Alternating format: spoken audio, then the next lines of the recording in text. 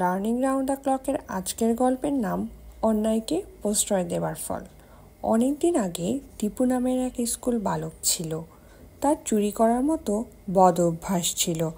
একদিন সে তার সহপাঠীর পেন্সিল চুরি করে বাসায় নিয়ে এলো। বাসায় নিয়ে এসে সে খুশি মনে তার মাকে পেন্সিলটি দেখালো। তার মাকে দেখালে তার মা তাকে তিরস্কার না করে তার প্রশংসাই করলো।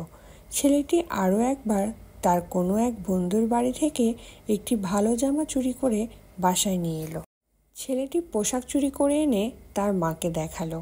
তার মা তার আবারও প্রশংসা করলো। এভাবেই শিশুটি চুরির প্রতি আগ্রহ বোধ করলো। সে খেলতে গেলে তার সহপাঠীদের সাইকেল চুরি করে নিয়ে আসতো।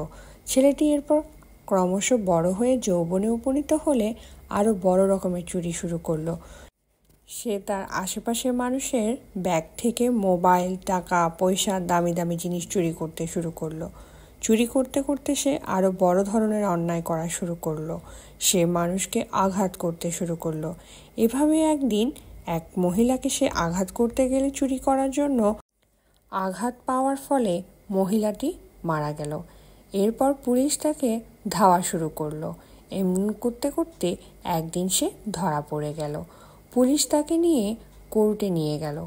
কোর্টে তার চুরির বিচার হলো। এরপর তাকে প্রাণদণ্ডের আদেশ দেওয়া হলো। ছেলের মা প্রাণদণ্ডের আদেশ শুনে বুক চাপড়ে কাঁদছিল। আর মৃত্যুদণ্ডের আগে তাকে জিজ্ঞেস করা হলো তার কোনো ইচ্ছে আছে কি না। ছেলে বলল, আমি আমার মায়ের কানে কানে কিছু বলতে চাই। এই অনুমতি মিললে সে মায়ের কানের কাছে মুখ নিয়ে তার কানের লতিতে আচ্ছা করে কামড় বসিয়ে দিল। মা যন্ত্রণায় আর্তনাদ করে বলে উঠল, ছি বাবা, এত গুরুদণ্ড হওয়ার পরও তোর স্বাদ মিটল না? শেষে কিনা ছেলে হয়ে তুই আমার কানটা কামড়ে দিলি। ছেলে বলল, মা, আজ তুমি আমার অপরাধের তিরস্কার করছো, কিন্তু সেই প্রথম যেদিন আমি আমার বন্ধুর পেন্সিল চুরি করে এনে তোমায় দিলাম, সেদিন যদি তুমি আমায় এই তিরস্কার করতে, তাহলে আজ আমায় জল্লাদের হাতে যেতে হতো না।